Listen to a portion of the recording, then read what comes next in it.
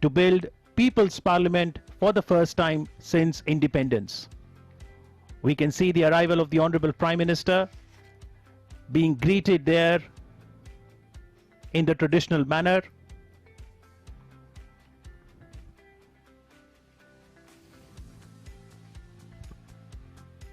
माननीय प्रधानमंत्री श्री नरेंद्र मोदी भारत के नए संसद भवन का शिलान्यास करेंगे।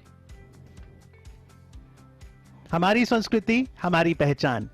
नादस्वरम और दोलू वाद्य यंत्रों द्वारा मंगल ध्वनि से प्रधानमंत्री जी का अभिनंदन। विधिवत भूमि पूजन के लिए बहुत ही सुंदर मंडप सजाया गया है। प्रधानमंत्री जी भूमि पूजन में भाग लेंगे, नए संसद भवन की आधारशिला रखेंगे, शिला पट्टिका का अनावरण करेंगे और फिर इस ऐतिहासिक अवसर पर उनका संबोधन भी होगा।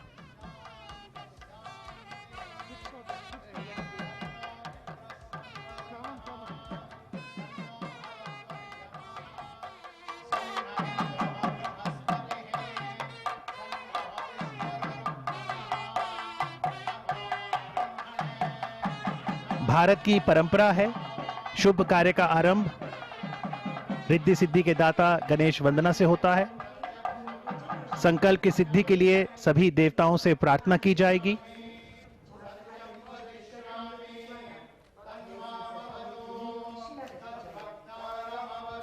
सर्व धर्म प्रार्थना के लिए इस अवसर पर सभी धर्म गुरुओं की गरिमामयी उपस्थिति भी है।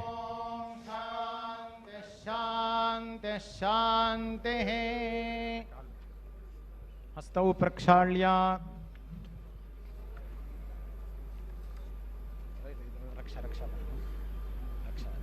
अपवित्रः पवित्रो वा सर्वावस्थांगतोऽपि वा यस्परेत् पुण्डरीकाक्षं सबाह्याभ्यन्तरः शुचिः पुण्डरीकाक्षः पुनातो पुण्डरीकाक्षः पुनातो पुण्डरीकाक्षः पुनातो येन बद्धो केशवाय नमः नारायणाय नमः माधवाय नमः गोविंदाय नमः विष्णवे नमः मधुसूदनाय नमः त्रिविक्रमाय नमः वामनाय नमः श्रीधराय नमः ऋषिकेशाय नमः पद्मनाभाय नमः दामोदराय नमः श्री महागणपतये नमः लक्ष्मीनारायणाभ्यां नमः उमामहेश्वराभ्यां नमः वाणी हिरण्यगर्भाभ्यां नमः शची पुरंदराभ्यां नमः अरुन्धते वसिष्ठाभ्यां नमः सीतारामाभ्यां नमः दुर्गायै नमः गणपतये नमः क्षेत्रपालाय नमः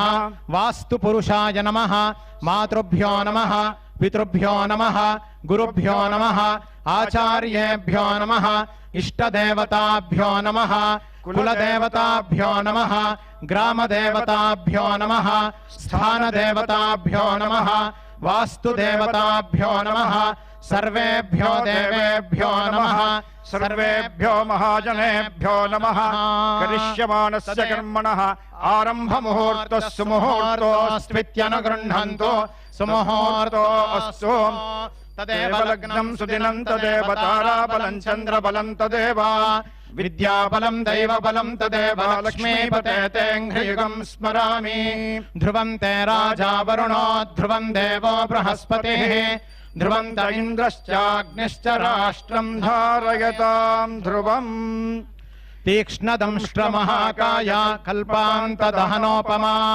भैरवाय नमस्तुभ्यं अनुज्ञां दातुमर्हसि भैरवाय नमः।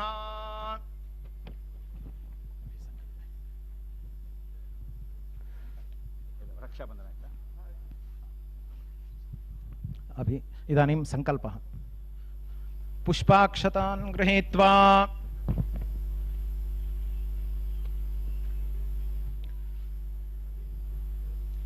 शुभतिथौ अमुकगोत्रः नरेंद्र दामोदर दास मोदी नाम अहम् एतद्देश प्रतिनिधिभूतः एतद्देशवासिनां सर्वेषां सज्जनानां योगक्षेमार्थं राष्ट्रविरोधिनां निबर्हणद्वारा जनानां चित्तशान्ति चित्तस्थैर्य संतोषादि अभिवृद्ध्यर्थम एतद्देश वासिनां परस्पर विद्वेष, परस्पर निंदा, परस्पर हिंसादीनां निवृत्त्यर्थम, परस्पर सौमनस्य सिद्ध्यर्थम एतद्देश परिपालन समये मुख्यामात्य महोदयेन अन्यैः सचिवादिभिश्च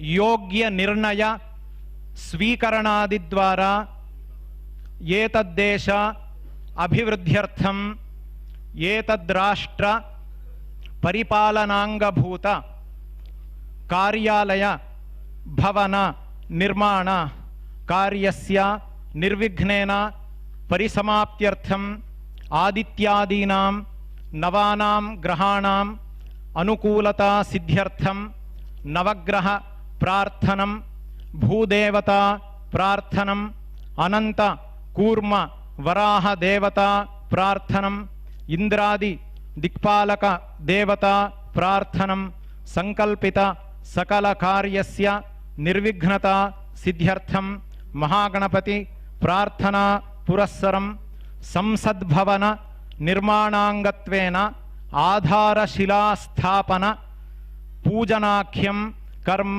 करिष्ये। मुदैति सर्वं तत्सुप्तस्य तथैवेति दूरंगमं ज्योतिषां ज्योतिरेकं तन्मे मनः शिव संकल्पमस्तु। नमो गुरुभ्यो गुरुपादुकाभ्यो नमः परेभ्यः परपादुकाभ्यः आचार्य सिद्धेश्वर पादुकाभ्यो नमोस्तु लक्ष्मीपति पादुकाभ्यः श्री सद्गुरु चरणारविन्दाभ्यां नमः। सुमुखश्चैकदन्तश्च कपिलो गजकर्णकः लंबोदरश्च विकटो विघ्नराजो गणाधिपः धूमकेतुर्गणाध्यक्षः फालचन्द्रो गजाननः। द्वादशैतानि नामानि यः पठेत् शृणुयादपि विद्यारंभे विवाहे च प्रवेशे निर्गमे तथा संग्रामे सर्वकार्येषु विघ्नस्तस्य न जायते। शुक्लांबरधरं विष्णुं शशिवर्णं चतुर्भुजं प्रसन्नवदनं ध्यायेत् सर्वविघ्नोपशान्तये। अभीप्सितार्थसिद्ध्यर्थं पूजितो यः सुरैरपि सर्वविघ्नच्छिदे तस्मै गणाधिपतये नमः। गणानां त्वा गणपतिगुं हवामहे कविं कवीनामुपमश्रवस्तमम् ज्येष्ठराजं ब्रह्मणां ब्रह्मणस्पत आनः शृण्वन्नोतिभिः सीदसादनम्। नमो व्रातपतये नमो गणपतये नमः प्रमथपतये नमस्ते अस्तु लंबोदरायैकदन्ताय विघ्ननाशिने शिवसुताय श्रीवरदमूर्तये नमः नमः। वक्रतुण्ड महाकाय सूर्यकोटिसमप्रभा निर्विघ्नं कुरु मे देव सर्वकार्येषु सर्वदा। श्रीमहागणपतये नमः। सर्वोपचारार्थे गन्धाक्षतपत्रपुष्पाणि समर्पयामि। क्षेत्रस्य पतिना वयगं हित। अभी नया संसद भवन के निर्माण हेतु सभी कार्य निर्विघ्न से संपन्न हो, इसलिए भगवान गणेश जी का सबसे पहले प्रार्थना की गई है। सुबह से हमने पूजा सब कुछ किया हुआ था। अब इसके उपरांत क्षेत्रपाल की प्रार्थना करके उसके बाद भूमाता की प्रार्थना करेंगे। उसके उपरांत अनंत रूपी आदिशेष की पूजा करेंगे।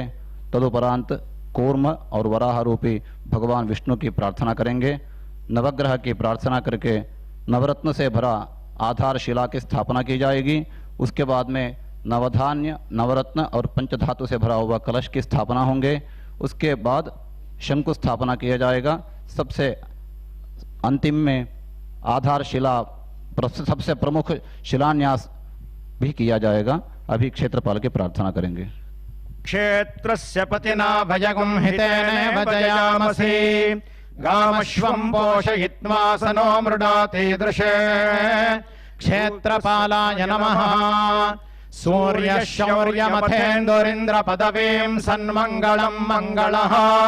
सद्बुद्धिं च बुधो गुरुश्च गुरुतां शुक्रः शुभं शनिः। राहुर्बाहुबलं करोतु विपुलं केतुः कुलस्योन्नतिम्। नित्यं प्रीतिकरा भवन्तु सततं सर्वेऽनुकूलाग्रहाः।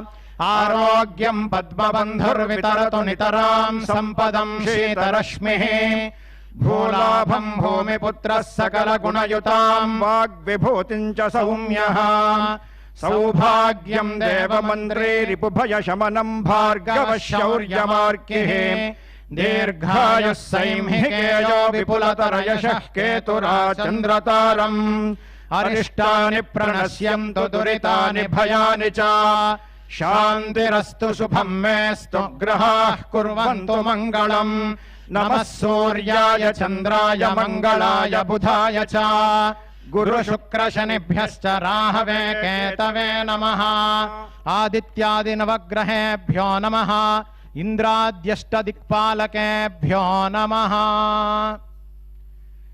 श्यामां विचित्रां शुकरत्नभूषणां पद्मासनां तुङ्गपयोधरानताम् इन्दीवरे द्वे नवशालिमञ्जरीं शुकं दधानां स्वधाभजामहे वराङ्कुशौ पाशमभीतिमुद्रां करैर्वहन्तीं कमलासनस्थां बालार्ककोटिप्रतिभां त्रिनेत्रां भजेऽहमम्बां जगदीश्वरीं तां महेद्यौः पृथिवी च न इमं यज्ञं मिमिक्षताम् पिप्रतान्नो भरीमभिः धनुर्धरायै विद्महे सर्वसिद्ध्यै च धीमहि तन्नो धरा प्रचोदयात् भूदेव्यै नमः सर्वोपचारार्थे गन्धाक्षतपत्रपुष्पाणि समर्पयामि खननार्थमनुज्ञां देहि ओम ह्रीं स्फुर स्फुर प्रस्फुर प्रस्फुर घोर घोर तरतनुरूप चट चट प्रचट प्रचट कह कह वम वम बंध बंध घातय घातय हुंफट श्लीं पशु हुंफट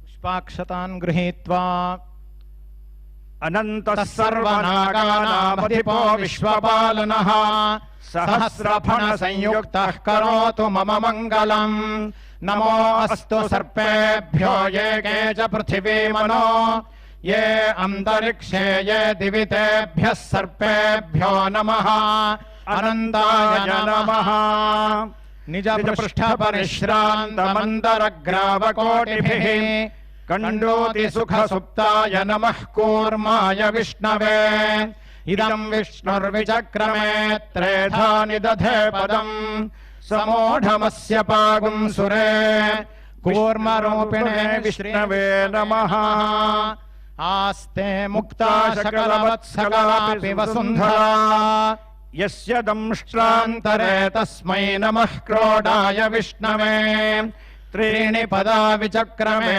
विष्णुर्गोपा अदाभ्यः अतो धर्माणि धारयन् वराहरूपिणे श्रीविष्णवे नमः सर्वोपचारार्थे गन्धाक्षतपत्रपुष्पाणि समर्पयामि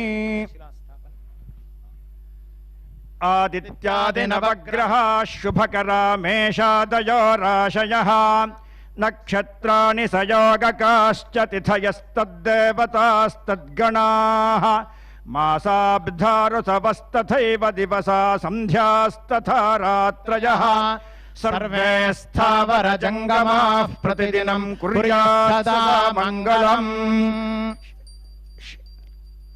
आधारशिलास्थापनलग्नकाले नवग्रहाः सुप्रीताः सुप्रसन्ना वरदा भवन्तु सुमुहूर्तः सावधानाः सुलग्नाः सावधानाः तदेव लग्नं सुदिनं तदेव ताराबलं चन्द्रबलं तदेव विद्याबलं दैवपदं तदेव लक्ष्मीपते ते ह्रियुगं स्मरामि ध्रुवाद्यौर्ध्रुवा पृथिवी ध्रुवासः पर्वता इमे ध्रुवं विश्वमिदं जगद्ध्रुवो राजा विशामयम् ध्रुवं ते राजा वरुणो ध्रुवं देवो बृहस्पतिः ध्रुवं त इन्द्रश्चाग्निश्च राष्ट्रं धारयतां ध्रुवं गृह वै प्रतिष्ठा सुमुक्तं तत्प्रतिष्ठिततमया वाचा स्तव्यं तस्माद्यद्यपि दूर इव पशून् लभते गृहामेवैनानादिगमिष्यति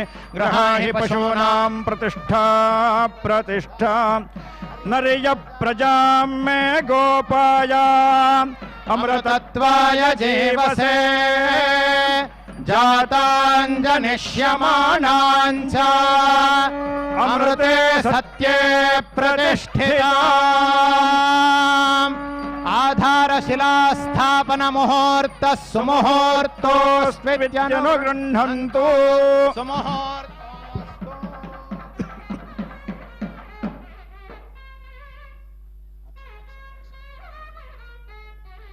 ओषधयः संवदन्ते सोमेन सह राज्ञा यस्मै करोति ब्राह्मणस्तगुं राजन् पारयामसि पर्वत इवाविचाचलिः इन्द्र इवेह ध्रुवस्तिष्ठा इह राष्ट्रमुधारया अभितिष्ठ पृतन्यतः अधरे सन्तु शत्रवः इंद्र इव वृत्रः तिष्ठा अपः क्षेत्राणि सञ्जयन् इंद्र एणमदीधरत ध्रुवं ध्रुवेण हविषा तस्मै देवाधिब्रवन् अयं च ब्रह्मणस्पतिः शंकुस्थापन मुहूर्तः सुमुहूर्तोऽस्त्वित्यनुगृह्णन्तु शंकुस्थापन मुहूर्तः सुमुहूर्तो अस्तु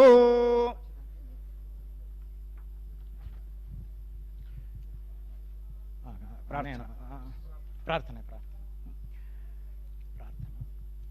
त्वमेव परमाशक्तिस्त्वमेवासनधारिका देवाज्ञया त्वया देवि स्थातव्यमिह सर्वदा स्थितं चराचरं यस्यां रत्नानां निधिरव्ययः सा त्वं ब्रह्मशिलारूपां तिष्ठात्र धरणी स्थिरा यावच्चन्द्रश्च सूर्यश्च यावत्तिष्ठति मेदिनी तावत्त्वयात्र देवेशि स्थातव्यं हितकाम्यया आधारशिलायै नमः।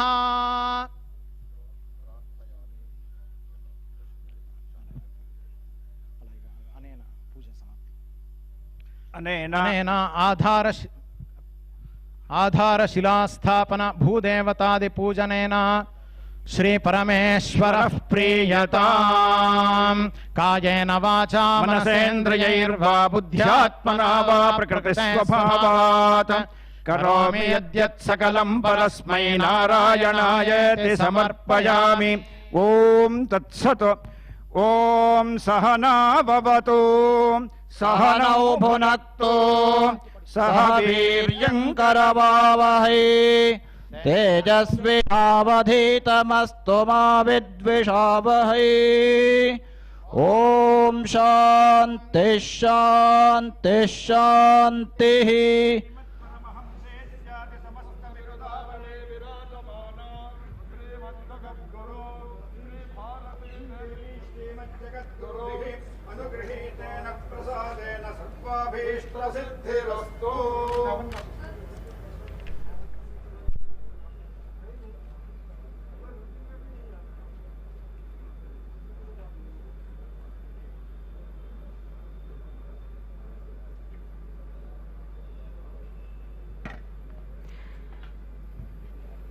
पारंपरिक विधि विधान से संपन्न हुए शिलान्यास पूजन के अंत में माननीय प्रधानमंत्री जी के बाद लोकसभा अध्यक्ष, राज्यसभा के उपसभापति, संसदीय कार्य मंत्री और आवासन एवं शहरी कार्य मंत्री भूमि पूजन सामग्री अर्पित कर रहे हैं। वासिष्ठे पशुभिश्चाप्नुहि प्रजाः भद्रे काश्यपदायादे प्रजानां भद्रमावह। जये भार्गवदायादे प्रजानां जयमावह। पूर्णे भार्गवदायादे पूर्णकामां प्रजां कुरु।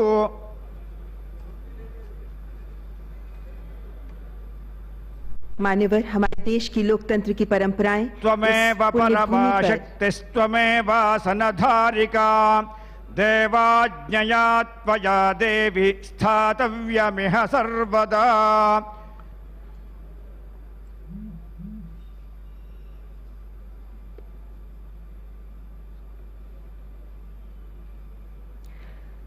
Ladies and gentlemen, the auspicious ceremony of laying of foundation stone has been concluded, and now Honorable Prime Minister is proceeding to unveil the plaque.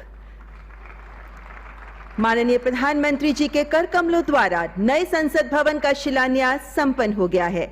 अब प्रधानमंत्री जी पट्टिका का अनावरण करेंगे। मान्यवर, हमारे देश में लोकतंत्र की परंपराएं इस पुण्य भूमि पर हमारे यशस्वी पूर्वजों की हजारों वर्ष पुरानी पीढ़ियों से चली आ रही हैं, निरंतर समृद्ध और मजबूत हो रही हैं। वैदिक ऋषि कामना करते हैं, ओम सहनाववतु सहनौ भुनक्तु सह वीर करवावहै तेजस्विनावधीतमस्तु मा विद्विषावहै। माननीय प्रधानमंत्री जी पट्टिका का अनावरण करने के लिए जाते हुए और प्रधानमंत्री जी के साथ आदरणीय लोकसभा अध्यक्ष समेत विशिष्ट अतिथिगण भी पट्टिका अनावरण में प्रधानमंत्री जी के साथ। माननीय प्रधानमंत्री जी द्वारा नए संसद भवन की स्मृति पट्टिका का अनावरण, जिस पर अंकित है 10 दिसंबर 2020 की वो तारीख जब कोरोना काल में पूरा विश्व आशंकित है, भारत बढ़ चला है नए संकल्पों की ओर। किसी राष्ट्र के इतिहास में कुछ अवसर मील पत्थर जैसे होते हैं, जब राष्ट्र अपनी गौरवमय यात्रा को पीछे मुड़कर देखता है और गर्व तथा विश्वास के साथ अगला महत्वपूर्ण कदम रखता है।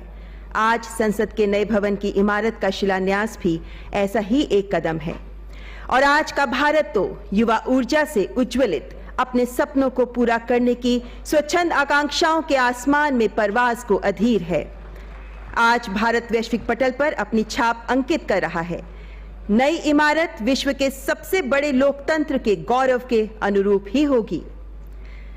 सजातो येन जातेन याति वंशः समुन्नितम, यानी कुछ नया होने से स्थान या स्वरूप के परिवर्तित होने से भी परंपराओं की ही श्रीवृद्धि होती है। इन मायनों में बहुत पावन है आज का ये अवसर।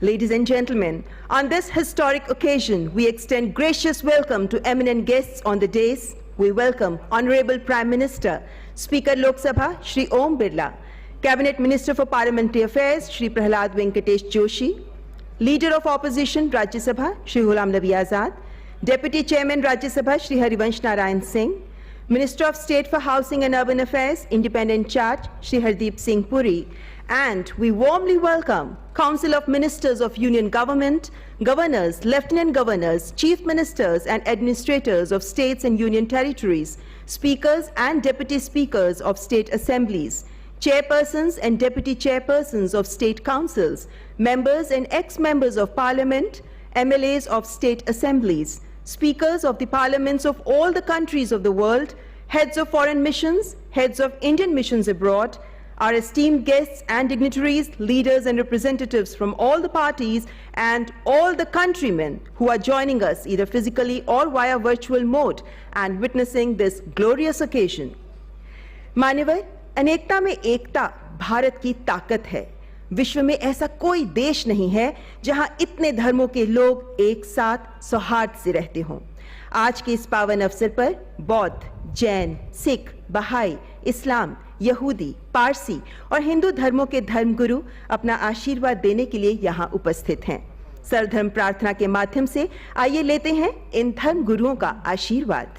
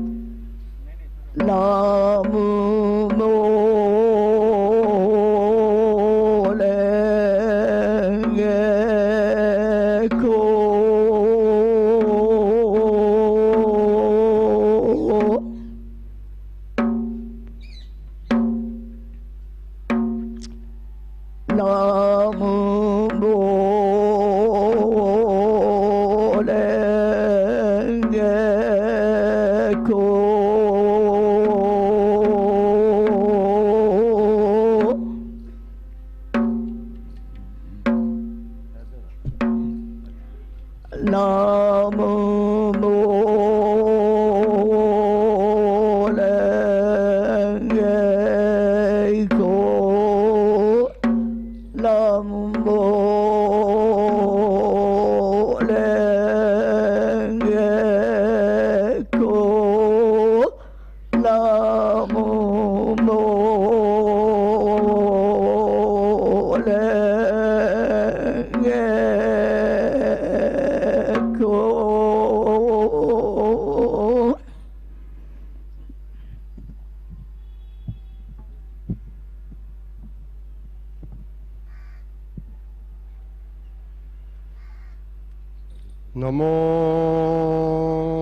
तस्सा भगवतो अरहतो सम्मा सम्बुद्धास्सा नमो तस्सा भगवतो अरहतो सम्मा सम्बुद्धास्सा नमो तस्सा भगवतो अरहतो सम्मा सम्बुद्धास्सा ओम नमो भगवते अपरिमिता अयुर्ज्ञान सुविनिचिता तेंजोरंजाया तदांगाता अरहते सम्मा सम्बुद्धाया तेयथा ओम पुनाये महापुनाये अपरिमिता पुनाये ज्ञान संवर्ग सिद्धे ओम सर्व संकर परिसिद्धि धर्मात् गाना समिंगद सोम विशुद्धि महानाय परिवारे ये सोहा ओम नमो भगवते बिगाजे गुरु मिंद्रया परमानंदया तदांगादा अरहते सम्या सम्बुद्धाया तेयथा बिगाजे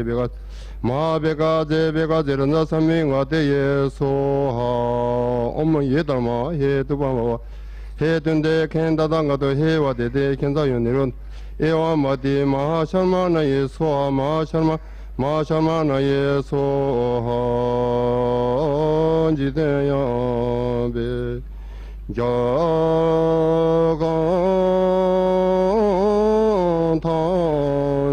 जागांथांजेदो मेने चुने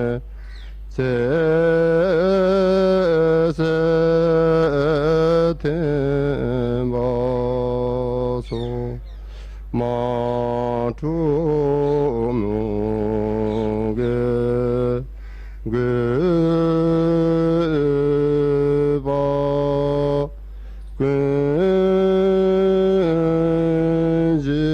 गेजेने तेरेने में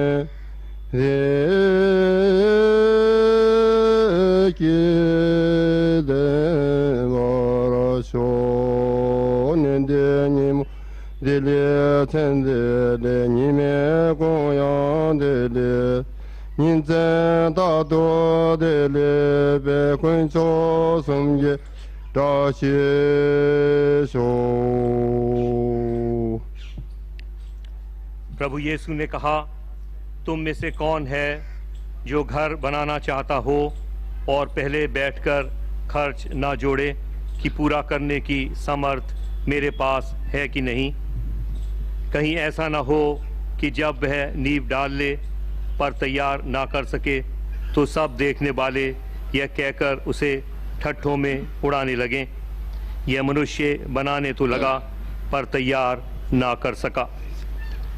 Then in the presence of the people, Solomon went and stood in front of the altar, where he raised his arms and prayed, Lord God of Israel, there is no God like you in heaven above or on earth below.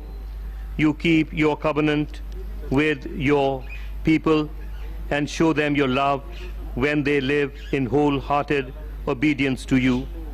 You have kept the promise you made to my father David. Today every word has been fulfilled. And now, Lord God of Israel, I pray that you will also keep the other promises you made to my father when you told him that there would always be one of his descendants ruling as king of Israel, provided they obey. वह उस बुद्धिमान मनुष्य के समान ठहरेगा जिसने अपना घर चट्टान पर बनाया और मेघ बरसा और बाढ़ आई और आंधियां चलीं और उस घर से टकराईं, फिर भी वह नहीं गिरा, क्योंकि उसकी नींव चट्टान पर डाली गई थी। परमेश्वर अपने वचन के पढ़े सुने जाने पर आशीष दे। आमीन।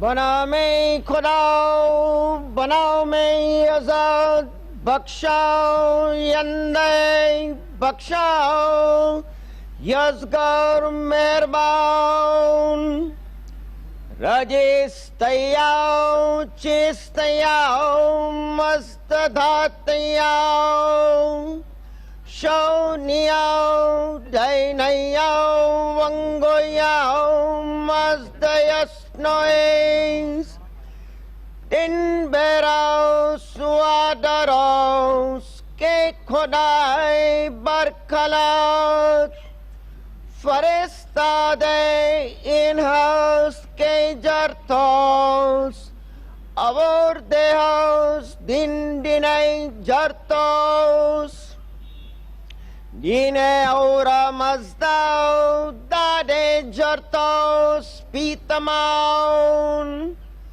शोने अशेम वहो वैस्ते मस्तें, उस्ता अस्ते उस्ता हम्माई, याद अशाई वैस्ता यशेम। बहाई प्रार्थना। हे मेरे परमेश्वर, हे मेरे परमेश्वर, अपने सेवकों के हृदयों को मिलाकर एक कर दे और उनके समक्ष अपने महान उद्देश्य प्रकट कर, तेरे आदेशों का अनुसरण कर सके और तेरे विधि विधानों का पालन कर सके, इस योग्य उन्हें बना। हे परमेश्वर, उनके प्रयासों में उनकी सहायता कर और उन्हें अपनी सेवा करने की शक्ति प्रदान कर। हे प्रभु, उन्हें केवल उनके अपने ऊपर ही ना छोड़, उनके पगों का अपने ज्ञान के प्रकाश द्वारा मार्गदर्शन कर और उनके हृदयों को अपने प्रेम से आनंदित कर दे। सत्य ही तू उनका सहायक और उनका स्वामी है। Bahaullah.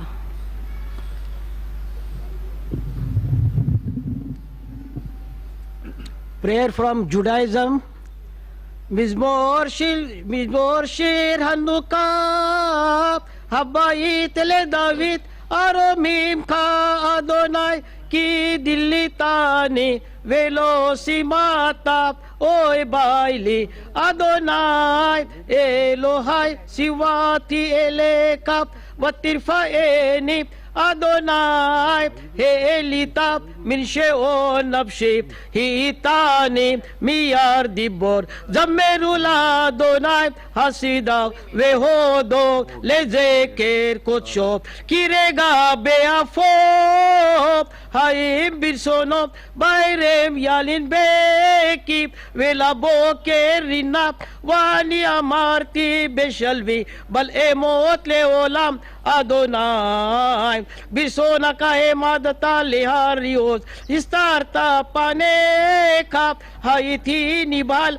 Eleka Adonai ekrap, Vet Adonai ethanan, Mabesa bedami, Beritiet shahad, Hayodaka afar, Ayagit amiteka, Shema Adonai vehoneni, Adonai heye ozerli, Afakta mispedi, Lema holali, Pitata sakip, Vate azereni simka, Lema, Ezemerka kabot velo idom, Adonai Elohai, Leolam odeka. Psalm 23, the Lord is my shepherd, I shall not want. He makes me to lie down in green pastures. He leads me gently beside the still waters. He refreshes my soul.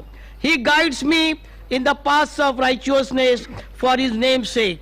Yea, though I walk through the valley of the shadow of death, I will fear no evil, because God is with me. Thy rod Thy staff, they comfort me. Thou preparest a table for me in the presence of mine adversaries. Thou hast anointed my head with oil. My cup overflows. Surely goodness and mercy shall follow me all the days of my life, and I shall dwell in the house of the Lord for length of days. Amen.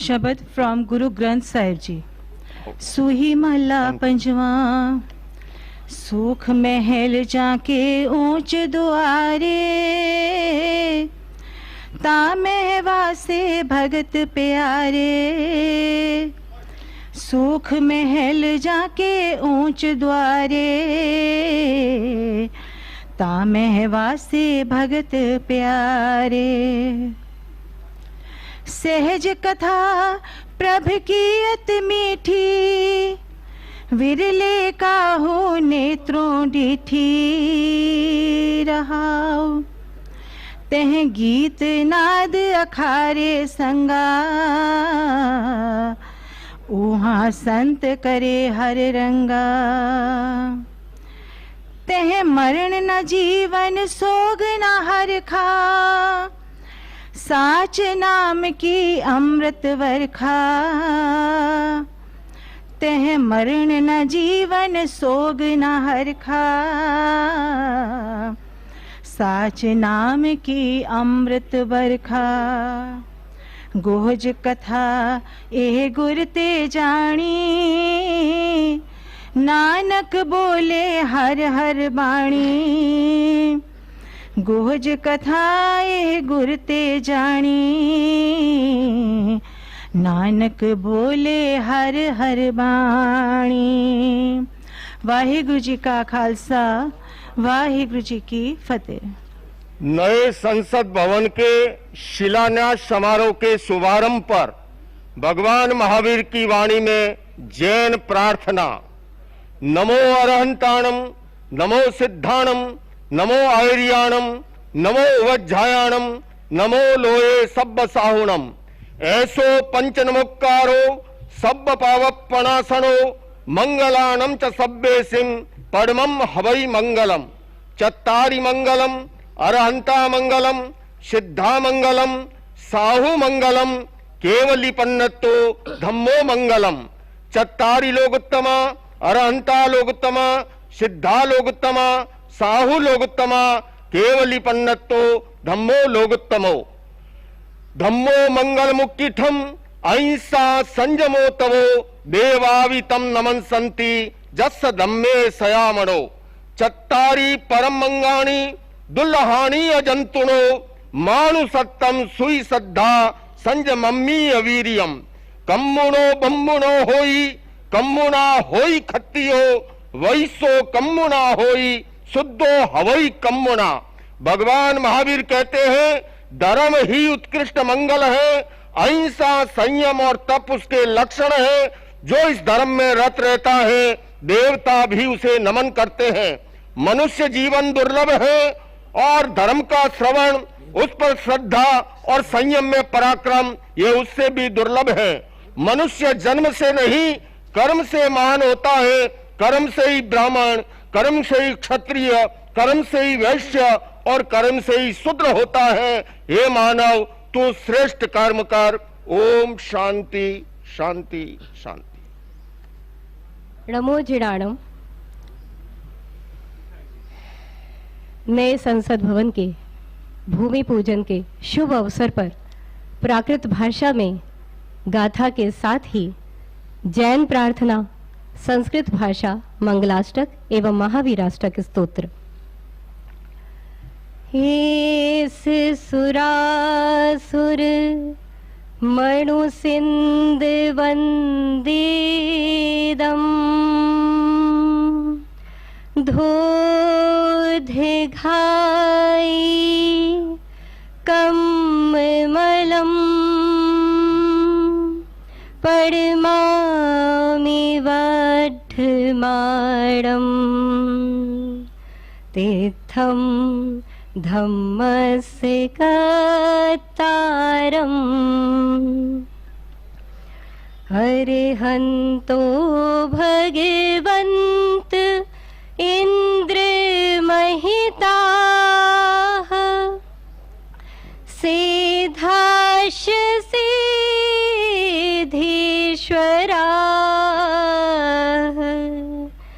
आचार्या जिन शासनोन्नतिकराः पूज्या उपाध्यायका श्री सिद्धांत सुपाठका मुनिवराः रत्नत्रयाराधका पंचैते परमेष्ठिनः प्रतिदिनं कुर्वन्तु ते मङ्गलम् कुर्वन्तु ते मङ्गलम्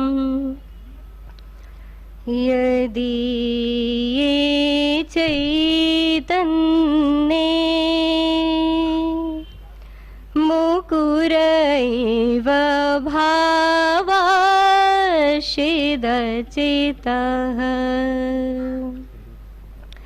समं भान्ति ध्रुव्य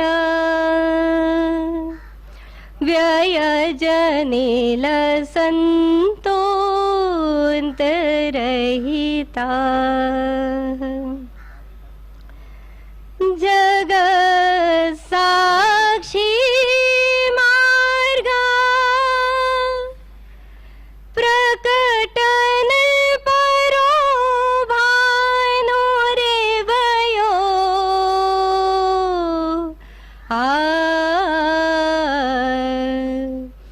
महावीर स्वामी नयन पथगामी भवतु मे। जैनम जयतु शासनम। जय जिनेन्द्र उत्तम क्षमा।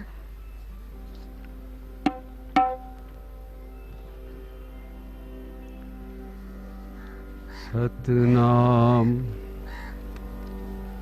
श्री वाहेगुरु।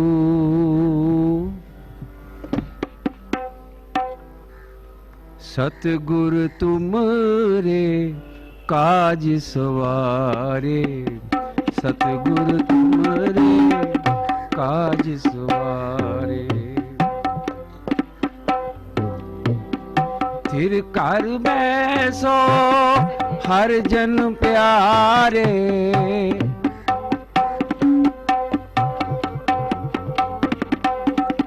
थिर कर बैसो हर जन प्यारे, तुमरे काज सवारे। सतगुर तुमरे काज सवारे, तुमरे काज सवारे। सतगुरु तुमरे काज सवारे। दुष्ट दूत परमेश्वर मारे,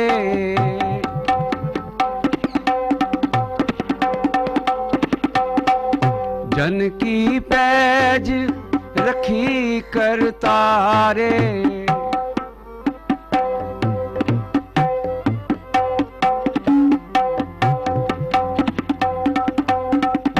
बादशाह सब वस कर दीने,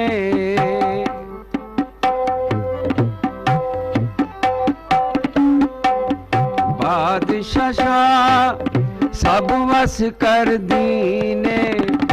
अमृत नाम महारस पीने,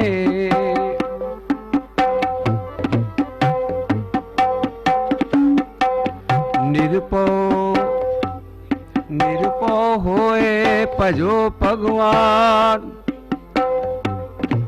साध संगत मिल कीनो दान,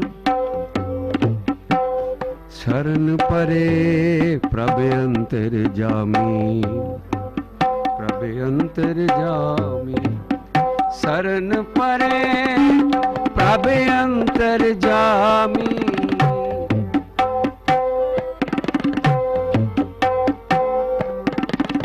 शरण परे प्रभ अंतर जामी। नानक ओट पकड़ी प्रभु स्वामी, तुमरे काज सवारे। सतगुरु तुमरे काज सवारे, तुमरे काज सवारे। सतगुरु तुमरे काज सवारे। सतनाम वाहेगुरु, सतनाम वाहेगुरु, सतनाम वाहेगुरु, सतनाम वाहेगुरु। तुमरे काज सवारे। सतगुरु तुमरे काज सवारे, तुमरे काज सवारे। सतगुरु तुमरे काज सवारे। थिर कर बैसो हर जन प्यारे,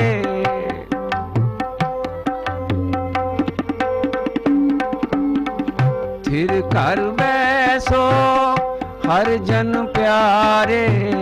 तुमरे काज सवारे।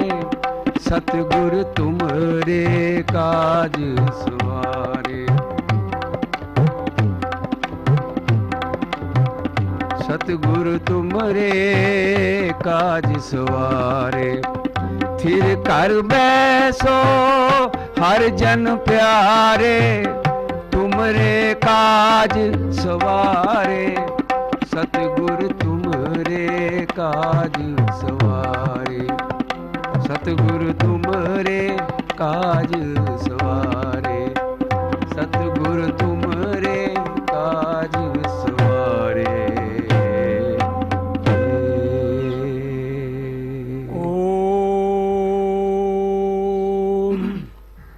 श्री सद्गुरु चरण कमलेभ्यो नमः। अथर्ववेद भूमि सूक्तस्य केषाञ्चन मंत्राणां पाठः। हरिः ओम।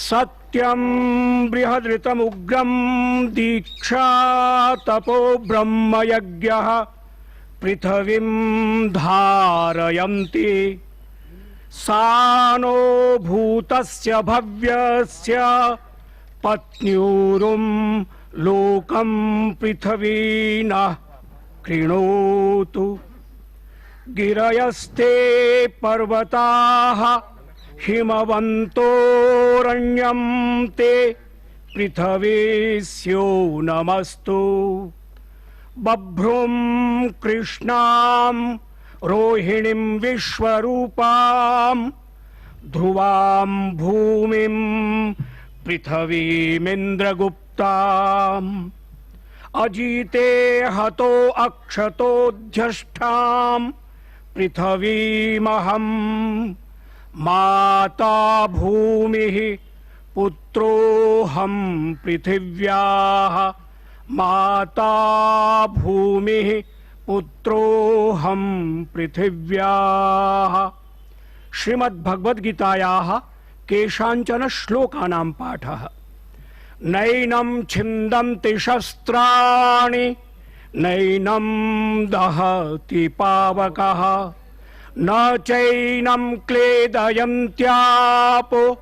न शोषयति मारुतः हतो वा प्राप्स्यसि स्वर्गं जित्वा वा भोक्ष्यसे महीम् तस्मादुत्तिष्ठ कौन्तेय युद्धाय कृतनिश्चय यदा यदा हि धर्मस्य ग्लानिर्भवति भारत अभ्युत्थानमधर्मस्य तदात्मानं सृजाम्यहम् परित्राणाय साधूनां विनाशाय च दुष्कृताम् धर्म संस्थापनार्थाय संभवामि युगे युगे कर्मण्येवाधिकारस्ते मा फलेषु कदाचन मा कर्मफल हेतुर्भूः मा ते संगोस्त्वकर्मणि यद्यदाचरति श्रेष्ठः तदेवेतरे जनाः श्रद्धावान् लभते ज्ञानं तत्परः संयतेन्द्रियः ज्ञानं लब्ध्वा परां शान्तिम् अचिरेणाधिगच्छति सर्वधर्मान् परित्यज्य मामेकं शरणं व्रज अहं त्वा सर्वपापेभ्यो मोक्षयिष्यामि मा शुच। ॐ पूर्णमदः पूर्णमिदं पूर्णात् पूर्णमुदच्यते पूर्णस्य पूर्णमादाय पूर्णमेवावशिष्यते। ॐ शान्तिः शान्तिः शान्तिः।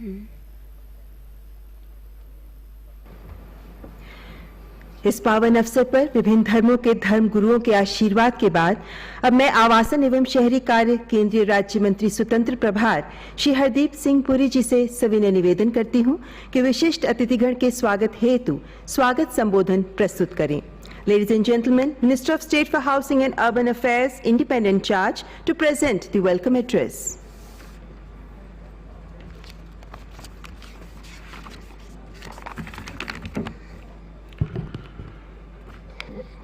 आदरणीय प्रधानमंत्री जी, माननीय सभापति महोदय, केंद्रीय मंत्रिमंडल में मेरे वरिष्ठ साथी श्री प्रहलाद जोशी जी, माननीय उपाध्यक्ष राज्यसभा श्री हरिवंश जी एवं उपस्थित सभी महानुभावों का मैं आज के कार्यक्रम में स्वागत करना चाहूँगा। आदरणीय प्रधानमंत्री जी, आपके कर कमलों द्वारा जो आज हमारी पार्लियामेंट बिल्डिंग का शिलान्यास हो रहा है, ये सिर्फ भारत के लोकतंत्र के लिए नहीं, विश्व में लोकतंत्र की परंपरा के लिए भी एक महत्वपूर्ण दिवस माना जाएगा। जब भी डेमोक्रेसी की चर्चा होती है और जो डेमोक्रेसी का नैरेटिव है, उसमें इस बात की जानकारी शायद कम है कि गणतंत्र और लोकतंत्र भारत में बहुत पूर्व से विद्यमान रहे हैं। जब यूनानी यात्री मेगास्थनीज भारत में 302 वर्ष पूर्व ईसा पूर्व में आए थे, तो उन्होंने भारत में गणतंत्र को देखा था और अपनी पुस्तिका इंडिका में इसकी चर्चा भी की थी। इसी तरह गौतम बुद्ध जी के काल में भी वैशाली में गणराज्य का स्वरूप मौजूद था। आदरणीय प्रधानमंत्री जी, पिछले 6 वर्ष के कार्यकाल में आपने हमारे देश के गौरवशाली इतिहास का समावेश करते हुए एक आधुनिक, मजबूत, संपन्न और आत्मनिर्भर भारत की आधारशिला रखी है। इस क्रम में आज एक बहुत महत्वपूर्ण दिन है। जो हमारे मौजूदा संसद भवन है, वह 93 वर्ष पूर्व एक इंपीरियल लेजिस्लेटिव काउंसिल के रूप में बनाया गया था। जब इसकी कल्पना की गई और जब इसका निर्माण हुआ, तब कभी भी इससे स्वतंत्र भारत के बाईकैमरल लेजिस्लेचर के अनुसार नहीं सोचा गया था। हमारे वर्तमान संसद भवन में विधायिका के संचालन में हमेशा से बड़ी परेशानियां आती रही हैं, जिन्हें पूर्व के सभापतियों द्वारा रेखांकित भी किया गया था।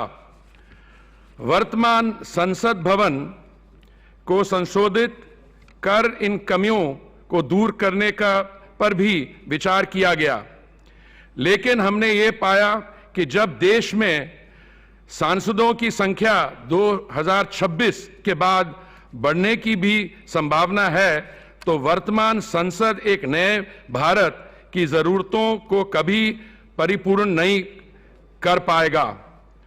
मैं माननीय सभापति महोदय श्री ओम बिरला जी का बहुत आभारी हूं कि इन्होंने 2019 में नए संसद भवन को लेकर एक संसदीय संकल्प भी पारित कराया, जिसका आज परिप्रेक्ष्य में बहुत महत्व है। ये हमारे देश का परम सौभाग्य है कि हमें ऐसे अग्रसोची प्रधानमंत्री मिले, जिन्होंने देश की वर्तमान और भविष्य की जरूरत को पहचाना और नए भारत के लिए एक नवीन, अनूठे और प्रभावी संसद की परिकल्पना की। ये भवन एक आत्मनिर्भर भारत के आपके संकल्प का भी एक वास्तविक रूप होगा। मैं माननीय प्रधानमंत्री जी को धन्यवाद देना चाहूंगा कि उनके निर्णायक नेतृत्व में इस महत्वपूर्ण राष्ट्रीय परियोजना का शुभ आरंभ किया जा रहा है।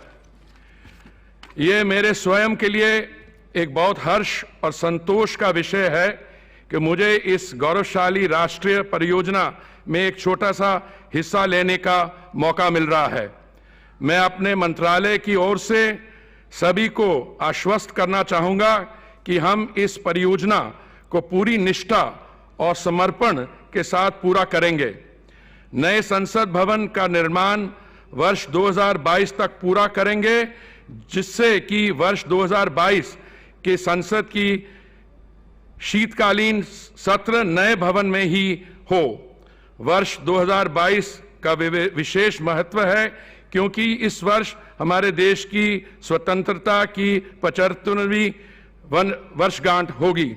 प्रधानमंत्री जी, आने वाली पीढ़ियां आपको आपके निर्णायक और दूरदर्शी नेतृत्व की निरंतर प्रशंसा करेंगे, क्योंकि ये नया संसद भवन विश्व के न सिर्फ सबसे विशाल बल्कि सबसे प्राचीन लोकतंत्र का भव्य और उपयुक्त मंदिर भी होगा। This will be the temple of democracy of not only the world's largest but also the world's oldest democracy. बहुत बहुत धन्यवाद। धन्यवाद माननीय मंत्री जी। Ladies and gentlemen, on this historic occasion, Honorable President Shri Ramnath Kovind and Honorable Vice President of India Shri M. Venkaiah Naidu have sent their blessings. I call upon Deputy Chairman Rajya Sabha Shri Harivansh Narayan Singh to kindly read their messages.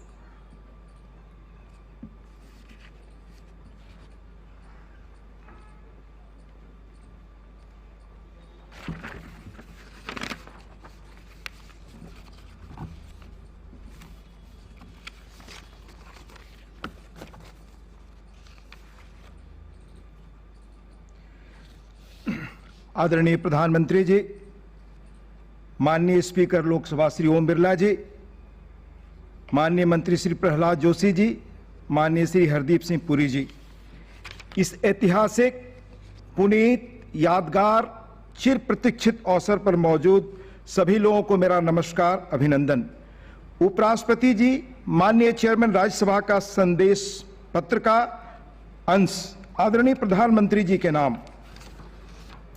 I am hopeful that your transformative vision, the Sat Sankalp, will get translated into Siddhi, and in the new parliament, the country's public representatives will find a congenial space to debate public issues in a collegial manner.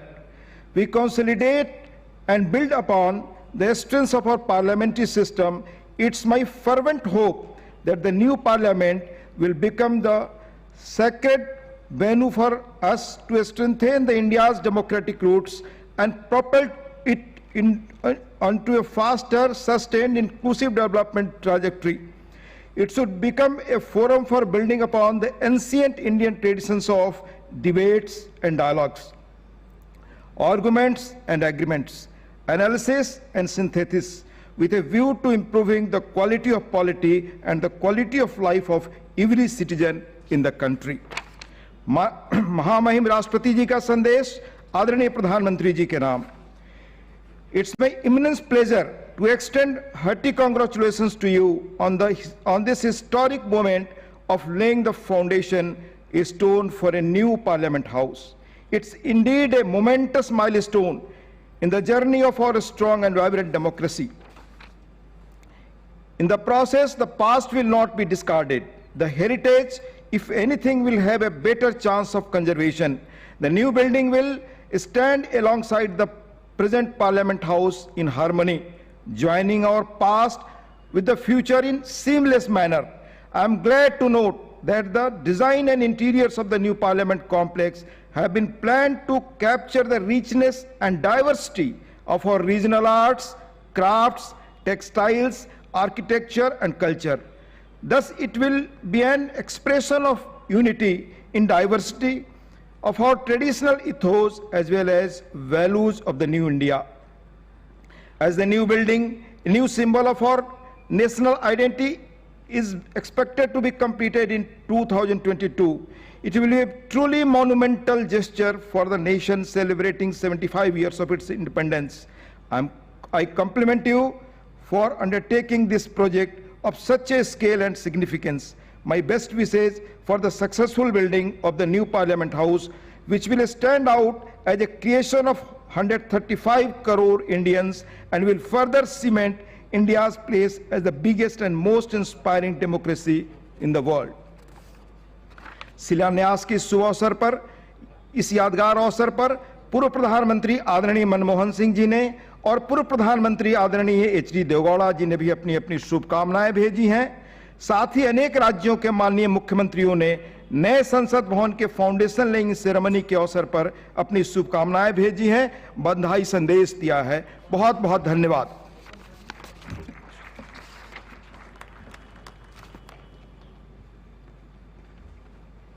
धन्यवाद माननीय उपसभापति जी। मान्यवर, अब मैं लोकसभा अध्यक्ष माननीय श्री ओम बिरला जी से विनम्र अनुरोध करती हूं कि अपने संबोधन से हमें अनुग्रहित करें।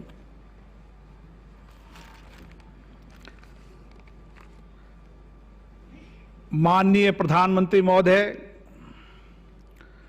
उपस्थित गणमान्य अतिथिगण, वर्चुअल माध्यम से देश और विश्व के सभी जुड़े मान्य अतिथिगण, देवियों और सज्जनों, आज देश के लिए गौरव का दिन है। भारत के लोकतंत्र की मजबूती के स्तंभ, संसद के नए भवन के शिलान्यास अवसर पर मैं समस्त देशवासियों का अभिनंदन करता हूं। लोकतंत्र की 70 वर्ष की यात्रा में भारत के नागरिक न्याय, स्वतंत्रता, पंथ निरपेक्षता, समता, एकता, अखंडता और बंधुत्व की भावना के प्रति संकल्पित रहे हैं।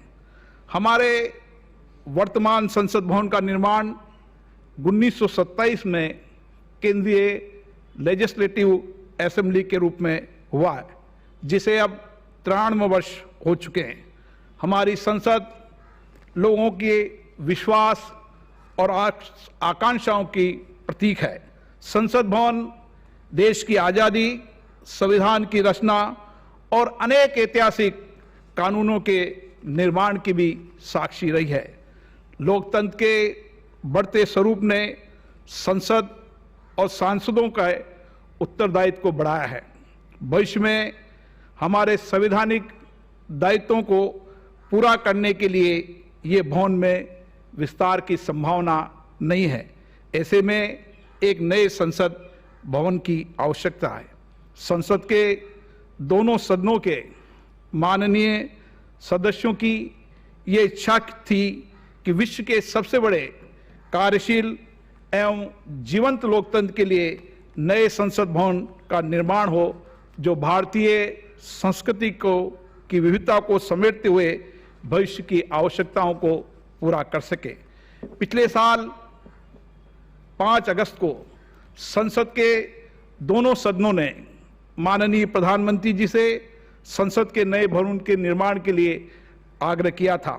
हमारा देश लोकतंत्र के लिए परिपक्व हो चुका है।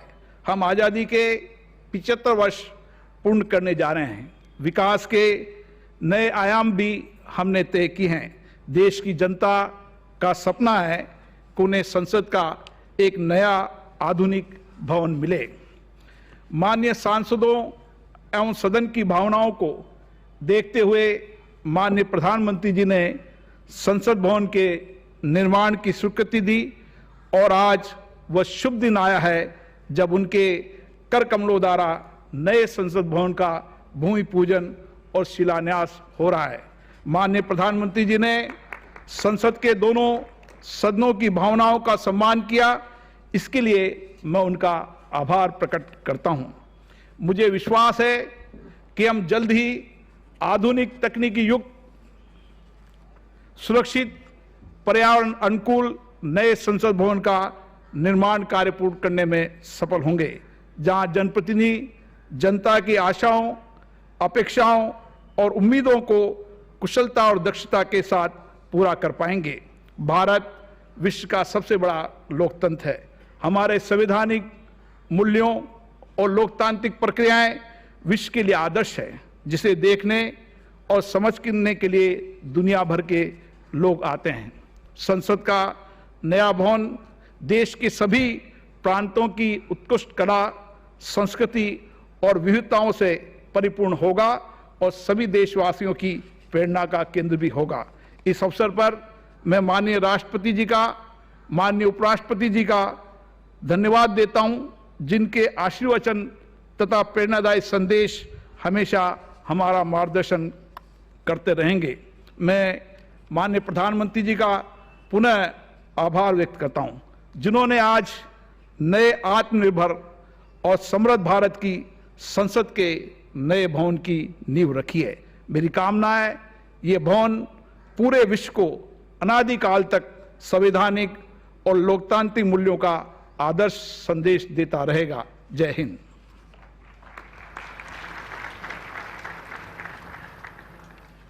धन्यवाद माननीय लोकसभा अध्यक्ष जी। मान्यवर, भारत का लोकतंत्र और हमारी संसद समय की कसौटी पर खरे उतरे हैं, पहले से कहीं अधिक सुदृढ़ और मजबूत हुए हैं। नया संसद भवन न्यू इंडिया के आत्मनिर्भर भारत को प्रदर्शित करेगा, हमारे गौरवशाली इतिहास के साथ साथ भारत की विविधता और उद्यमिता का प्रतीक होगा। We present before you a short film on the new Parliament building.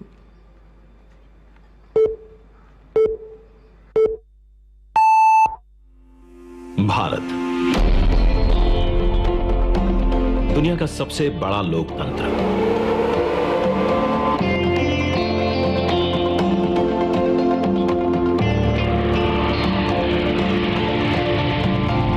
इस लोकतंत्र का मंदिर है संसद भवन, जहां होती है जन जन की आकांक्षाओं पर चर्चा और देश के भविष्य की दिशा तय। मौजूदा संसद भवन को बनाया गया था 100 साल पहले। इन 100 सालों में आवश्यकताओं के अनुरूप इसे कई बार रिपेयर और रेनोवेट किया जा चुका है, पर अब पुरानी संरचना में सीटिंग क्षमता बढ़ाना मुमकिन नहीं, और ना ही मुमकिन है इंफ्रास्ट्रक्चर और टेक्नोलॉजी में सुधार कर उसे अपग्रेड करना। इसीलिए आज नया संसद भवन एक विकल्प नहीं, बल्कि 21वीं सदी के नए और आत्मनिर्भर भारत के लिए जरूरत बन गया है। एक भारत श्रेष्ठ भारत की भावना को संजोए नया संसद भवन फैला होगा 64,500 वर्ग मीटर के विशाल एरिया में, जिसका निर्माण 21 महीनों यानी कि आजादी की 75वीं सालगिरह तक संपन्न कर लिया जाएगा। और इसे खास बनाएगा हमारी सांस्कृतिक विविधताओं से प्रेरित इसका त्रिभुजाकार डिजाइन, जिसे बेहतर स्पेस मैनेजमेंट के लिए भूकंपरोधी सिस्टम के मुताबिक Z और Z+ लेवल की सुरक्षा सुनिश्चित करने, इको फ्रेंडली ग्रीन कंस्ट्रक्शन से बिजली खपत को 30% तक कम करने और अगले 150 से ज्यादा सालों की जरूरतों पर खरा उतरने के लिए बनाया जाएगा। नए संसद भवन की कुल सीटिंग क्षमता पहले के मुकाबले 150% से भी अधिक होगी। मतलब अब लोकसभा कक्ष में 888, राज्यसभा कक्ष में 384, जबकि संयुक्त संसद अधिवेशन में 1272 सांसदों की सीटिंग क्षमता होगी। साथ ही डिजिटल इंटरफेस और आधुनिक सुविधाओं से युक्त होंगे सांसद कार्यालय, और लोकसभा और राज्यसभा हॉल होंगे हाई क्वालिटी ऑडियो वीडियो और हर एक डेस्क इलेक्ट्रॉनिक गैजेट से लैस। इसके अलावा यहां पर होगा भारत की भव्य विरासत को दर्शाता संविधान हॉल, पुस्तकालय, समिति कक्ष और भोजन क्षेत्र। मतलब कि नया संसद भवन होगा 130 करोड़ देशवासियों की आशाओं को नई बुलंदियां देने वाला, हमारे देश के मजबूत लोकतंत्र को नए आयाम देने वाला, क्षेत्रीय कला, कौशल और कारीगरी की अद्भुत झलकियों को अपने कण कण में समाने वाला, और विशाल स्पेस और चेंबर्स से कहीं बढ़कर हमारे देश के विराट लोकतांत्रिक लक्ष्यों को साकार करने वाला। जैसे औपनिवेशिक काल के पुराने शहीद स्मारक के सामने हमने बनाया है नेशनल वॉर मेमोरियल, ठीक वैसे ही पुराने संसद भवन के सामने आज हम बनाने जा रहे हैं नए और आत्मनिर्भर भारत को समर्पित नया संसद भवन। तो आइए आज इस ऐतिहासिक पल का साक्षी बनते हैं, जब प्रधानमंत्री नरेंद्र मोदी करने जा रहे हैं भारत के नए संसद भवन का शिलान्यास।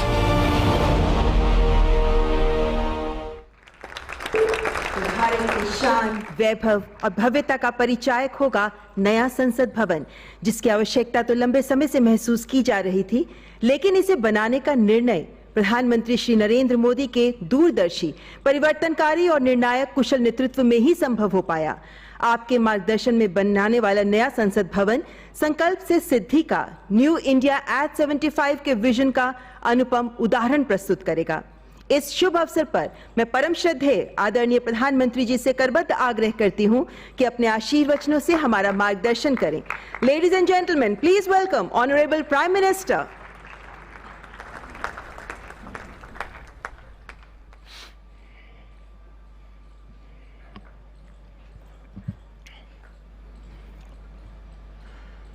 लोकसभा के अध्यक्ष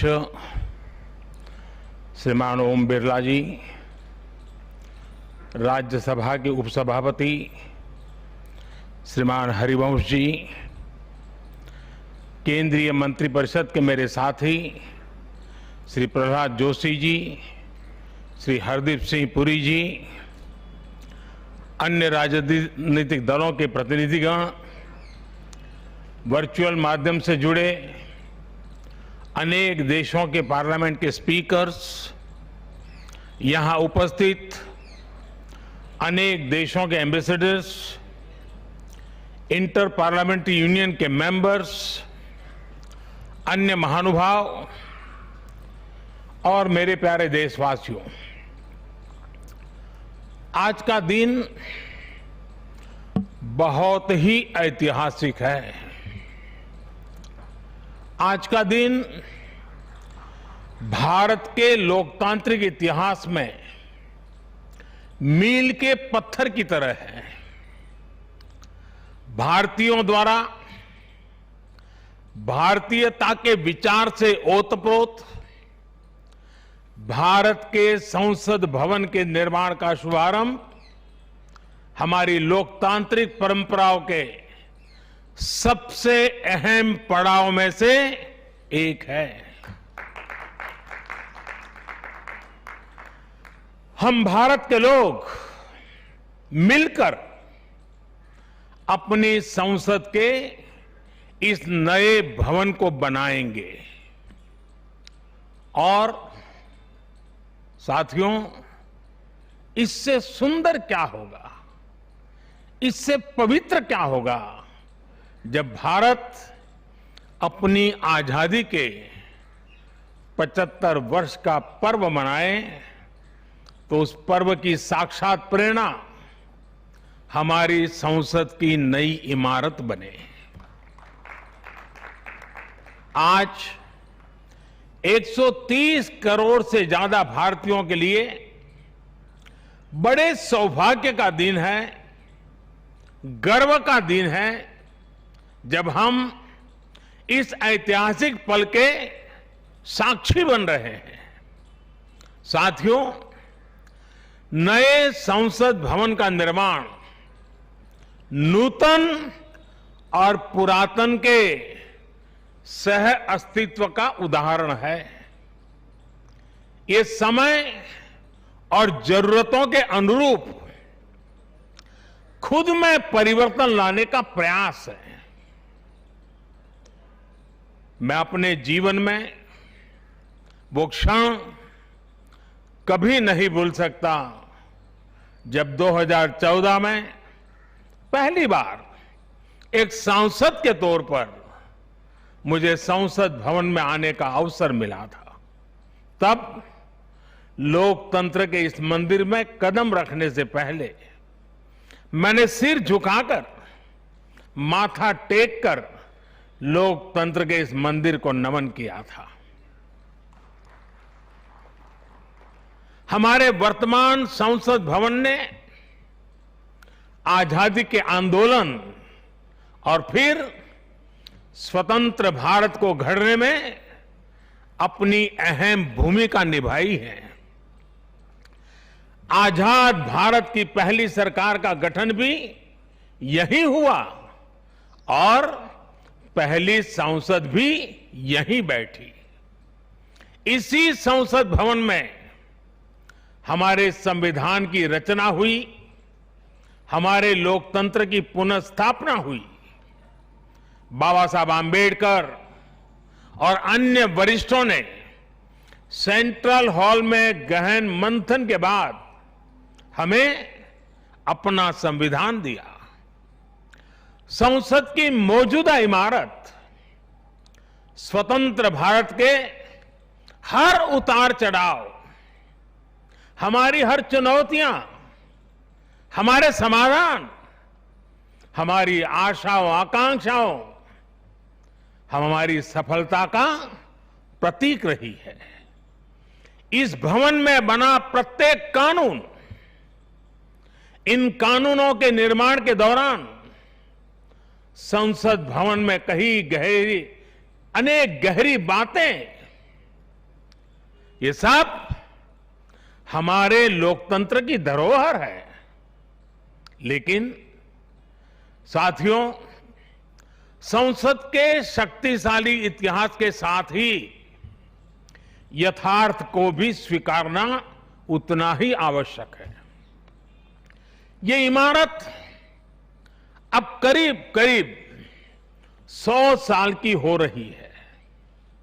बीते दशकों में इसे तत्कालीन जरूरतों को देखते हुए निरंतर अपग्रेड किया गया।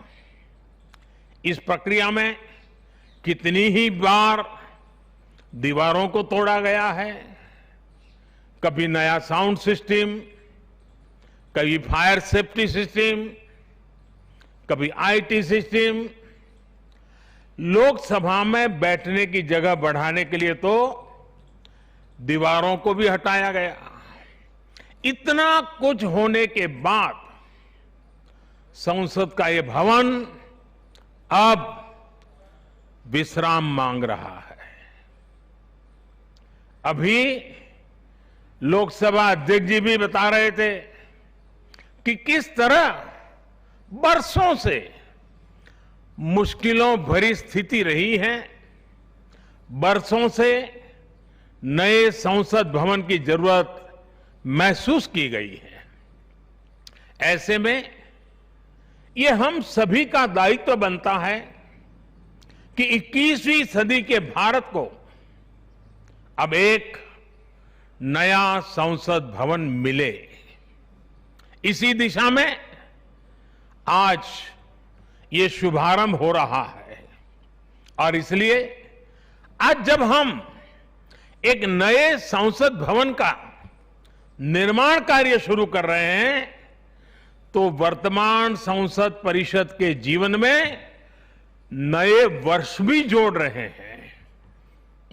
साथियों, नए संसद भवन में ऐसी अनेक नई चीजें की जा रही हैं जिससे सांसदों की एफिशिएंसी बढ़ेगी, उनके वर्क कल्चर में आधुनिक तौर तरीके आएंगे। अब जैसे अपने सांसदों से मिलने के लिए उनके संसदीय क्षेत्र से लोग आते हैं, तो अभी जो संसद भवन है उसमें लोगों को बहुत दिक्कत होती है, आम जनता को दिक्कत होती है, नागरिकों को दिक्कत होती है। आम जनता को अपनी कोई परेशानी अपने सांसद को बतानी है, कोई सुख दुख बांटना है, तो इसके लिए भी संसद भवन में स्थान की बहुत कमी महसूस होती है। भविष्य में प्रत्येक सांसद के पास ये सुविधा होगी कि वो अपने क्षेत्र के लोगों से यही निकट में ही, इसी ये विशाल परिसर के बीच में ही उनको एक व्यवस्था मिलेगी ताकि वो अपने संसदीय क्षेत्र से आए लोगों को उनके सुख दुख बांट सके। साथियों, पुराने संसद भवन ने स्वतंत्रता के बाद के भारत को दिशा दी, तो नया भवन आत्मनिर्भर भारत के निर्माण का गवाह बनेगा। पुराने संसद भवन में देश की आवश्यकताओं की पूर्ति के लिए काम हुआ, तो नए भवन में 21वीं सदी के भारत की आकांक्षाएं पूरी की जाएगी। जैसे आज इंडिया गेट से आगे नेशनल वॉर मेमोरियल ने राष्ट्रीय पहचान बनाई है, वैसे ही संसद का नया भवन अपनी पहचान स्थापित करेगा। देश के लोग, आने वाली पीढ़ियां नए भवन को देखकर गर्व करेगी कि ये स्वतंत्र भारत में बना है। आजादी के 75 वर्ष का स्मरण करते हुए इसका निर्माण हुआ है। साथियों, संसद भवन की शक्ति का स्रोत, उसकी ऊर्जा का स्रोत हमारा लोकतंत्र है। आजादी के समय किस तरह से एक लोकतांत्रिक राष्ट्र के रूप में भारत के अस्तित्व पर संदेह और शंकाएं जताई गई थी, ये इतिहास का हिस्सा है। अशिक्षा, गरीबी, सामाजिक विविधता और अनुभवहीनता जैसे अनेक तर्कों के साथ ये भविष्यवाणी भी कर दी गई थी कि भारत में लोकतंत्र असफल हो जाएगा। आज हम गर्व से कह सकते हैं कि हमारे देश ने उन आशंकाओं को न सिर्फ गलत सिद्ध किया है, बल्कि 21वीं सदी की दुनिया भारत को अहम लोकतांत्रिक ताकत के रूप में आगे बढ़ते हुए देख भी रही है। साथियों, लोकतंत्र भारत में क्यों सफल हुआ, क्यों सफल है और क्यों कभी लोकतंत्र पर आंच नहीं आ सकती, ये बात हमारी हर पीढ़ी को जानना समझना बहुत आवश्यक है। हम देखते सुनते हैं दुनिया में 13वीं शताब्दी में रचित मैग्ना कार्टा की बहुत चर्चा होती है।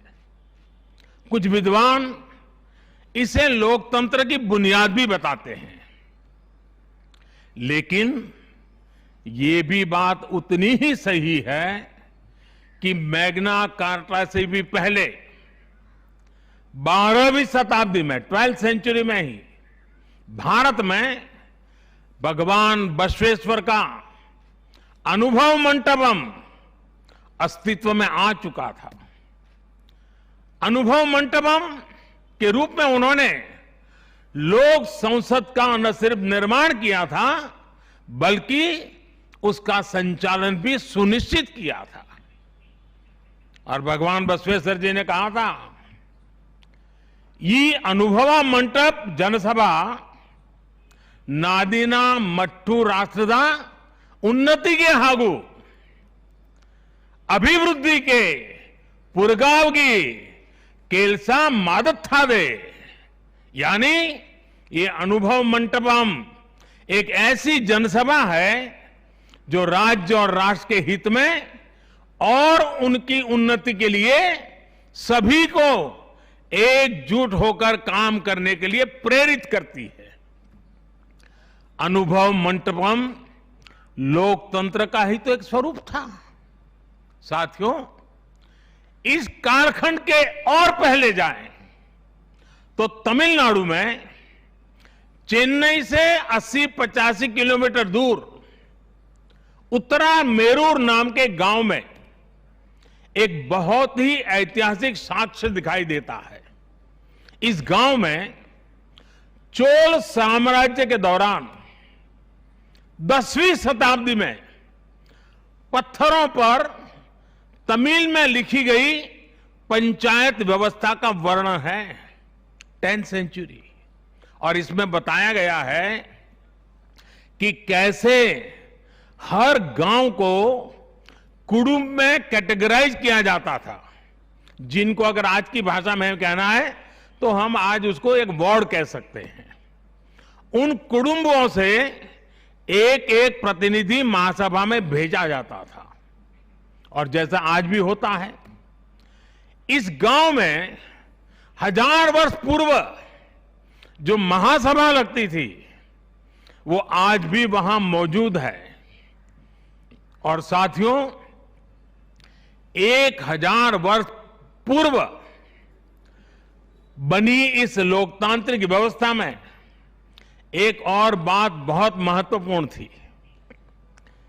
उस पत्थर पे लिखा हुआ है, उस शिलालेख में वर्णन है इसका, और उसमें कहा गया है कि जनप्रतिनिधि को चुनाव लड़ने के लिए अयोग्य घोषित करने का भी प्रावधान था उस जमाने में। और नियम क्या था?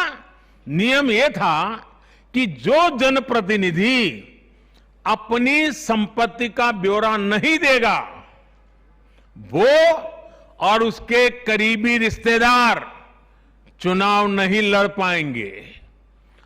कितने सालों पहले सोचिए, कितनी बारीकी से उस समय पर हर पहलू को सोचा गया, समझा गया, अपनी लोकतांत्रिक परंपराओं का हिस्सा बनाया गया।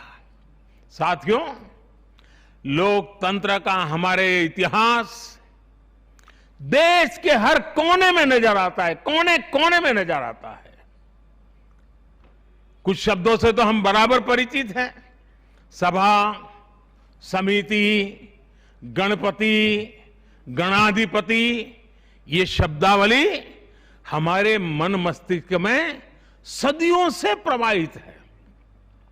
सदियों पहले शाक्य, मल्ल और वेजी जैसे गणतंत्र हो, लिच्छवी, मल्लक, मड़क और कंबोज जैसे गणराज्य हो, या फिर मौर्य काल में कलिंग, सभी ने लोकतंत्र को ही शासन का आधार बनाया था। हजारों साल पहले रचित हमारे वेदों में से ऋग्वेद में लोकतंत्र के विचार को समज्ञान यानी समूह चेतना, कलेक्टिव कॉन्शियसनेस के रूप में देखा गया है। साथियों, आमतौर पर अन्य जगहों पर जब डेमोक्रेसी की चर्चा होती है तो ज्यादातर चुनाव की प्रक्रिया, इलेक्टेड मेंबर्स, उनके गठन की रचना, शासन प्रशासन, लोकतंत्र की परिभाषा इन्हीं चीजों के आसपास रहती है। इस प्रकार की व्यवस्था पर अधिक बल देने को ही ज्यादातर स्थानों पर उसी को डेमोक्रेसी कहते हैं। लेकिन भारत में लोकतंत्र एक संस्कार है। भारत के लिए लोकतंत्र जीवन मूल्य है, जीवन पद्धति है, राष्ट्र जीवन की आत्मा है। भारत का लोकतंत्र सदियों के अनुभव से विकसित हुई व्यवस्था है। भारत के लिए लोकतंत्र में जीवन मंत्र भी है, जीवन तत्व भी है और साथ ही व्यवस्था का तंत्र भी है, तत्व भी है, तंत्र भी है। समय समय पर इसमें व्यवस्थाएं बदलती रही, प्रक्रियाएं बदलती रही, लेकिन आत्मा लोकतंत्र ही रही। और विडंबना देखिए, आज भारत का लोकतंत्र हमें पश्चिमी देशों से न समझाया जाता है। जब हम विश्वास के साथ अपने लोकतांत्रिक इतिहास का गौरवगान करेंगे तो वो दिन दूर नहीं जब दुनिया भी कहेगी India is mother of democracy, India is mother of democracy, India is mother of democracy. साथियों, भारत के लोकतंत्र में समाही शक्ति ही देश के विकास को नई ऊर्जा दे रही है, देशवासियों को नया विश्वास दे रही है। दुनिया के अनेक देशों में जहां लोकतांत्रिक प्रक्रियाओं को लेकर अलग स्थिति बन रही है, वहीं भारत में लोकतंत्र नित्य नूतन हो रहा है। हाल के वर्षों में हमने देखा है कि कई लोकतांत्रिक देशों में अब वोटर टर्नआउट लगातार घट रहा है। इसके विपरीत भारत में हम हर चुनाव के साथ वोटर टर्नआउट को बढ़ाते हुए देख रहे हैं, बढ़ता हुआ देख रहे हैं। इसमें भी महिलाओं और युवाओं की भागीदारी निरंतर बढ़ती जा रही है। साथियों, इस विश्वास की, इस आस्था की वजह है भारत में लोकतंत्र हमेशा से ही गवर्नेंस के साथ ही मतभेदों और विरोधाभासों को सुलझाने का महत्वपूर्ण माध्यम भी रहा है। अलग अलग विचार, अलग अलग दृष्टिकोण, ये सब बातें एक वाइब्रेंट डेमोक्रेसी को सशक्त करते हैं। डिफरेंसेस के लिए हमेशा जगह हो, लेकिन डिस्कनेक्ट कभी ना हो, इसी लक्ष्य को लेकर हमारा लोकतंत्र आगे बढ़ा है। गुरु नानक देव जी ने, और बड़ी सटीक बात कही है, गुरु नानक देव जी ने भी कहा है, जब लग दुनिया रही है नानक, जब लग दुनिया रही है नानक, किछु सुनिए किछु कहिए। यानी जब तक संसार रहे तब तक संवाद चलते रहना चाहिए। कुछ कहना और कुछ सुनना, यही तो संवाद का प्राण है, यही लोकतंत्र की आत्मा है।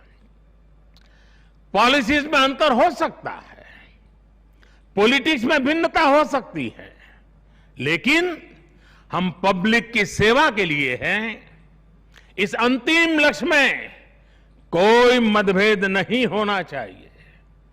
वाद संवाद संसद के भीतर हो या संसद के बाहर, राष्ट्र सेवा का संकल्प, राष्ट्र हित के प्रति समर्पण लगातार झलकना चाहिए। और इसलिए आज जब नए संसद भवन का निर्माण शुरू हो रहा है, तो हमें याद रखना है कि वो लोकतंत्र जो संसद भवन के अस्तित्व का आधार है, उसके प्रति आशावाद को जगाए रखना हम सभी का दायित्व है। हमें हमेशा याद रखना है कि संसद पहुंचा हर प्रतिनिधि जवाबदेह है। ये जवाबदेही जनता के प्रति भी है और संविधान के प्रति भी है। हमारा हर फैसला राष्ट्र प्रथम, नेशन फर्स्ट, इसकी भावना से ही होना चाहिए। हमारे हर फैसले में राष्ट्रहित सर्वोपरि रहना चाहिए। राष्ट्रीय संकल्पों की सिद्धि के लिए हम एक स्वर में, एक आवाज में खड़े हो, ये बहुत जरूरी है। साथियों, हमारे यहां जब मंदिर के भवन का निर्माण होता है, तो शुरू में उसका आधार सिर्फ ईंट पत्थर ही होता है। कारीगर, शिल्पकार सभी के परिश्रम से मंदिर के भवन का निर्माण पूरा होता है। लेकिन वो भवन एक मंदिर तब बनता है, उसमें पूर्णता तब आती है जब उसमें प्राण प्रतिष्ठा होती है। प्राण प्रतिष्ठा होने तक वो सिर्फ एक इमारत ही रहता है। साथियों, नया संसद भवन भी बनकर तो तैयार हो जाएगा, लेकिन वो तब तक एक इमारत ही रहेगा जब तक उसकी प्राण प्रतिष्ठा नहीं होगी। लेकिन ये प्राण प्रतिष्ठा किसी एक मूर्ति की नहीं होगी। लोकतंत्र के इस मंदिर में इसका कोई विधा विधान भी नहीं है, विधि विधान भी नहीं है। इस मंदिर की प्राण प्रतिष्ठा करेंगे इसमें चुनकर आने वाले जनप्रतिनिधि, उनका समर्पण, उनका सेवा भाव इस मंदिर की प्राण प्रतिष्ठा करेगा। उनका आचार, विचार, व्यवहार इस लोकतंत्र के मंदिर की प्राण प्रतिष्ठा करेगा। भारत की एकता, अखंडता को लेकर किए गए उनके प्रयास इस मंदिर की प्राण प्रतिष्ठा की ऊर्जा बनेंगे। जब एक एक जनप्रतिनिधि अपना ज्ञान, अपना कौशल्य, अपनी बुद्धि, अपनी शिक्षा, अपना अनुभव पूर्ण रूप से यहां निचोड़ देगा, राष्ट्रहित में निचोड़ देगा, उसी का अभिषेक करेगा, तब इस नए संसद भवन की प्राण प्रतिष्ठा होगी। यहां राज्यसभा काउंसिल ऑफ स्टेट्स है, एक ऐसी व्यवस्था है जो भारत के फेडरल स्ट्रक्चर को बल देती है। राष्ट्र के विकास के लिए राज्य का विकास, राष्ट्र के विकास के लिए राज्य का विकास, राष्ट्र की मजबूती के लिए राज्य की मजबूती, राष्ट्र के कल्याण के लिए राज्य का कल्याण, इस मूलभूत सिद्धांत के साथ काम करने का हमें प्रण लेना है। पीढ़ी दर पीढ़ी आने वाले कल में जो जनप्रतिनिधि यहां आएंगे, उनके शपथ लेने के साथ ही प्राण प्रतिष्ठा के इस महायज्ञ में उनका योगदान शुरू हो जाएगा। इसका लाभ देश के कोटि कोटि जनों को होगा। संसद की नई इमारत एक ऐसी तपोस्थली बनेगी जो देशवासियों के जीवन में खुशहाली लाने के लिए काम करेगी, जन कल्याण का काम करेगी। साथियों, 21वीं सदी भारत की सदी हो, यह हमारे देश के महापुरुषों और महान नारियों का सपना रहा है। लंबे समय से इसकी चर्चा हम सुनते आ रहे हैं। 21वीं सदी भारत की सदी तब बनेगी जब भारत का एक एक नागरिक अपने भारत को सर्वश्रेष्ठ बनाने के लिए अपना योगदान देगा। बदलते हुए विश्व में भारत के लिए अवसर बढ़ रहे हैं। कभी कभी तो लगता है जैसे अवसर की बाढ़ आ रही है। इस अवसर का हमें किसी भी हालत में, किसी भी सूरत में इन अवसरों को हमें हाथ से निकलने नहीं देना है। पिछली शताब्दी के अनुभवों ने हमें बहुत कुछ सिखाया है। उन अनुभवों से सीखे और उन अनुभवों की सीख हमें बार बार याद दिला रही है कि अब समय नहीं गंवाना है, समय को साधना है। साथियों, एक बहुत पुरानी और महत्वपूर्ण बात मैं आज जिक्र करना चाहता हूं। वर्ष 1897 में स्वामी विवेकानंद जी ने देश की जनता के सामने 1897 में कहा था कि अगले 50 सालों के लिए उन्होंने एक आह्वान किया था और स्वामी जी ने कहा था कि आने वाले 50 सालों तक भारत माता की आराधना ही सर्वोपरि हो। देशवासियों के लिए उनका यही एक काम, भारत माता की आराधना। और हमने देखा उस महापुरुष की वाणी की ताकत। इसके ठीक 50 वर्ष बाद 1947 में भारत को आजादी मिल गई थी। आज जब संसद के नए भवन का शिलान्यास हो रहा है तो देश को एक नए संकल्प का भी शिलान्यास करना है। हर नागरिक को नए संकल्प का शिलान्यास करना है। स्वामी विवेकानंद जी ने उनके उस आह्वान को याद करते हुए हम सबको ये संकल्प लेना है। ये संकल्प हो इंडिया फर्स्ट का, भारत सर्वोपरि। हम सिर्फ और सिर्फ भारत की उन्नति, भारत के विकास को ही अपनी आराधना बना ले। हमारा हर फैसला देश की ताकत बढ़ाए, हमारा हर निर्णय, हर फैसला एक ही तराजू में तोला जाए, और वो तराजू है देश का हित सर्वोपरि, देश का हित सबसे पहले। हमारा हर निर्णय वर्तमान और भावी पीढ़ी के हित में हो। साथियों, स्वामी विवेकानंद जी ने तो 50 वर्ष की बात की थी।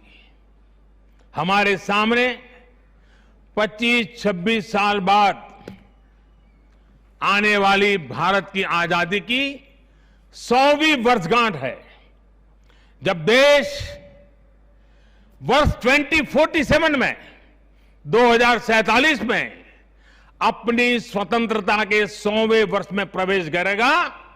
तब हमारा देश कैसा हो, हमें देश को कहां तक ले जाना है, इस 25-26 वर्ष कैसे हमें खप जाना है, इसके लिए हमें आज संकल्प लेकर काम शुरू करना है। जब हम आज संकल्प लेकर देश हित को सर्वोपरि रखते हुए काम करेंगे, तो देश का वर्तमान ही नहीं बल्कि देश का भविष्य भी बेहतर बनाएंगे। आत्मनिर्भर भारत का निर्माण, समृद्ध भारत का निर्माण अब रुकने वाला नहीं है, कोई रोक भी नहीं सकता। साथियों, हम भारत के लोग ये प्रण करें, हमारे लिए देश हित से बड़ा और कोई हित कभी नहीं होगा। हम भारत के लोग ये प्रण करें, हमारे लिए देश की चिंता अपनी खुद की चिंता से बढ़कर होगी। हम भारत के लोग ये प्रण करें, हमारे लिए देश की एकता अखंडता से बढ़कर कुछ नहीं होगा। हम भारत के लोग ये प्रण करें, हमारे लिए देश के संविधान की मान मर्यादा और उसकी अपेक्षाओं की पूर्ति जीवन का सबसे बड़ा ध्येय होगी। हमें गुरुदेव रविन्द्रनाथ टैगोर की ये भावना हमेशा याद रखनी है। और गुरुदेव रविन्द्रनाथ टैगोर की भावना क्या थी? गुरुदेव कहते थे, एकोता उत्साहो धरो, एकोता उत्साहो धरो, জাতীয় উন্নতি করো, দুসুক ভুবনে সবে ভারতের জয়। यानी एकता का उत्साह थामे रहना है, हर नागरिक उन्नति करे, पूरे विश्व में भारत की जय जयकार हो। मुझे विश्वास है हमारी संसद का नया भवन हम सभी को एक नया आदर्श प्रस्तुत करने की प्रेरणा देगा। हमारी लोकतांत्रिक संस्थाओं की विश्वसनीयता हमेशा और मजबूत होती रहे। इसी कामना के साथ मैं अपनी वाणी को विराम देता हूं और 2047 के संकल्प के साथ पूरे देशवासियों को चल पड़ने के लिए निमंत्रण देता हूं। आप सबका बहुत बहुत धन्यवाद। धन्यवाद माननीय प्रधानमंत्री जी, आपके प्रेरणादायक शब्दों के लिए आपका हृदय से आभार। अंत्योदय से राष्ट्रोदय की संकल्पना को साकार करते मां भारती की सेवा में समर्पित माननीय प्रधानमंत्री जी, आपके मार्गदर्शन में बनने वाला नया संसद भवन विश्व की ललाट पर दमकते भारत के लोकतंत्र को समर्पित है, जो भारत सर्वोपरि का जो नारा आपने दिया उसे मूर्त रूप भी देगा। और अब धन्यवाद ज्ञापन के लिए मैं संसदीय कार्य मंत्री श्री प्रहलाद जोशी जी को आमंत्रित करती हूं।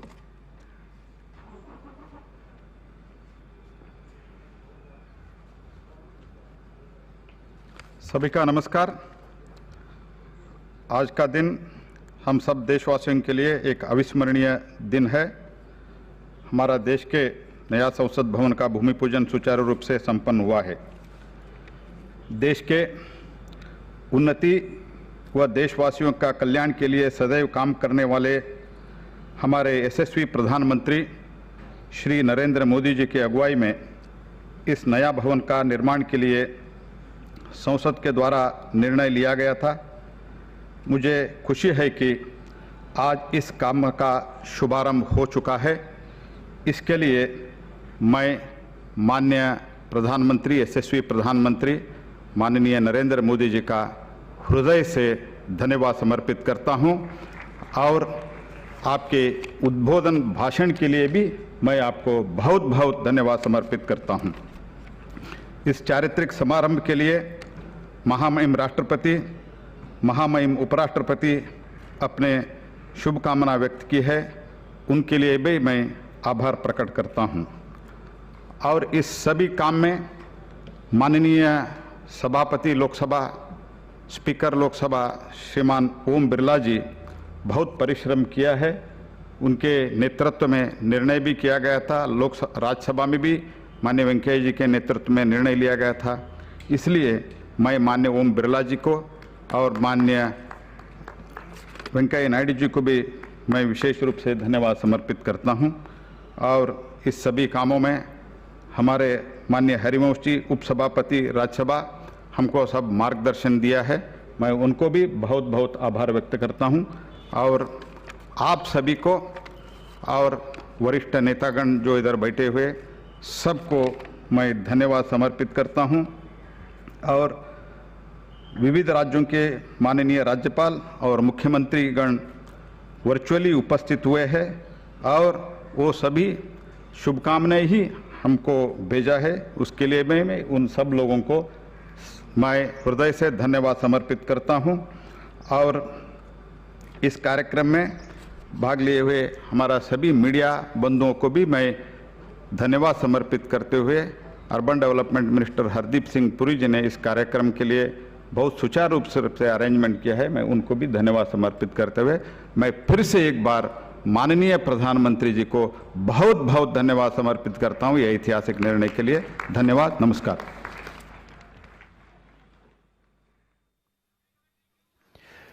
भारत के नए संसद भवन का शिलान्यास प्रधानमंत्री जी के कर कमलों द्वारा किया गया।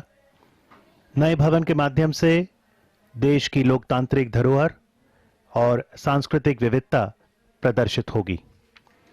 माननीय प्रधानमंत्री ने लोकतंत्र में पुरातन और नूतन के सह अस्तित्व पर बल दिया।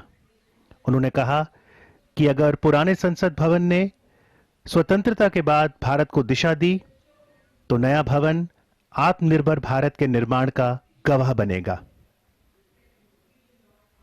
पुराने संसद भवन में देश की आवश्यकताओं की पूर्ति के लिए कार्य हुआ तो नया भवन 21वीं सदी के भारत की आकांक्षाओं को पूरा करेगा। माननीय प्रधानमंत्री इस समय बातचीत करते हुए साथ में गरिमामयी उपस्थिति Shri Om Birla, speaker Lok Sabha, Shri Harivansh Singh, deputy chairman Rajya Sabha. आशा है भारत की आजादी के 75 साल पूरा होने पर सन 2022 में संसद का सत्र नए भवन में आयोजित होगा। दोनों भवन एक दूसरे के पूरक के रूप में कार्य